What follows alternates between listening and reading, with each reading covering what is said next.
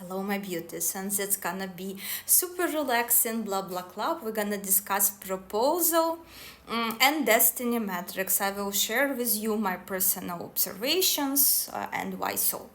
Quite often, the most often request from my client side is future husband reading. How he gonna propose? Yeah, what he gonna do? And quite often girls getting very much disappointed in proposal because you see what's going on in movies and then it happening in some cases at the home, at some cases in McDonald's, and girls are getting very much like disappointed because there is a dream and there is a reality. And I'm a person who experienced quite unusual proposals. So I have my 50 cents to add to this about how things interconnected in terms of destiny metrics. When I only started to study destiny metrics, I had a conversation with my teachers because I had two proposals in my life and none of it didn't end well, not result in a marriage. Both proposals were quite unusual. My first love proposed to me at Kiev train station. In a crowd of people, he stand on his knee and literally surprised me. He proposed me while we were in Kiev. He, in secrecy, bought a ring, measured my finger, bought a ring that was perfect match.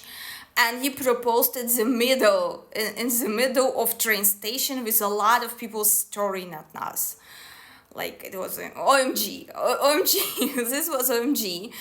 And another proposal had happened in Dolphinarium. A person rented Dolphinarium and the dolphin showed up with a box. You know, it was so cute, so romantic, so sweet.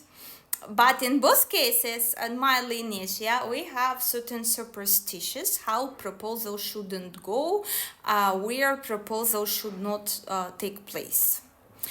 Again, while I was in those relationship with these two guys, two people, I was sort of gave up on my lineage, on magic knowledge my family accumulated over centuries, let's say, because it's 7 generations. And I was sort of very skeptical. I had this very rational mind, very logical, and I was sort of, this stupid superstition. It's like, we can find like a lot of different cases from superstitions. Yes, we can, but you never know all the details because some details may compensate for this, for certain type of misadvantage that is happening between two people in terms of signs, symbols, and omens. Certain things may compensate. You never know. It's like I had recently a client, he came to me and say like, my parents, they wanted to give me one name when they were registering me.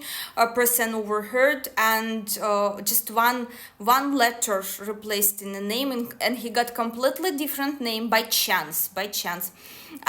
But his grandparents, they were calling him with different names that they wanted him to have. But parents were disagree on this.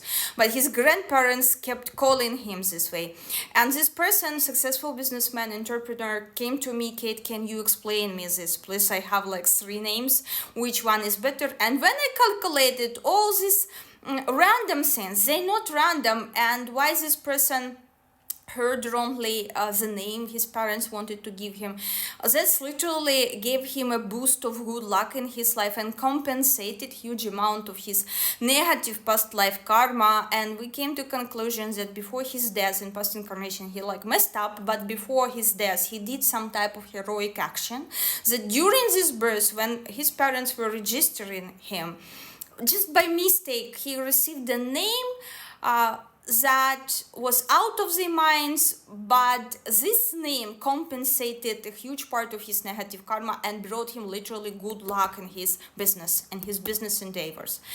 And when I shared with him this, and he said, Kate, like literally this is direct hit, and he shared with me even more details on this case, how it perfectly matches all the names like were preparing him for his business path and business future, yeah.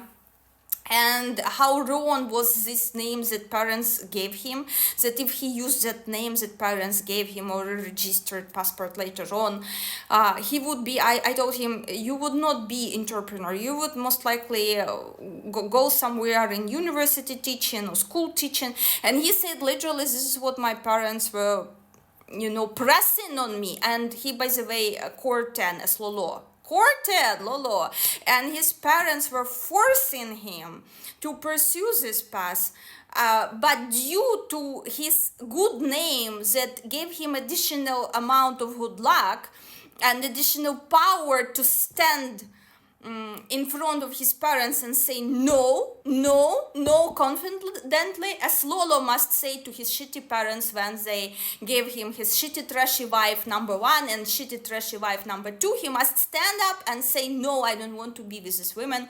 He didn't do, he just like went obedient, and his entire life is so screwed up at all levels. Anyway, but here we have successful entrepreneur with huge amount of good luck, like literally whatever he touches it turns into money. And he said, OMG, this really has such effect on us, because for him I calculated more detailed metrics that takes into account your surname, your parents' surnames, etc, etc, etc. And we analyzed. So this type of random event was not random at all. You never know what exactly compensating. But for majority of people, we have superstitions to follow. This is for majority. We're not talking about unique cases when divine forces in a play and compensating something, and you may look at this couple and say, oh, like he proposed to her at train station too, but they are still together. You never know what exactly in their case compensating this, that they are still together. But for majority, these rules will apply, yeah, because superstitious is what common knowledge among people, among commoners, for majority. Energy 5 type of knowledge. Got it. I hope you got it. So proposal near the body of water, very unstable feelings, and may literally like not come to the wedding. If someone proposing this amazing romantic as a sea shore, la la la, yeah, may not come into fruition. A body of water, it was next to pool with dolphins in my case. And another proposal, transition, yeah, was at the train station. Again, this is something unstable, may not result in a marriage, this type of proposal. Since ancient times, we're not talking about rings yet, but where proposal was taking place at your home, at future bride home, one family was coming visiting another family, and this how it should be.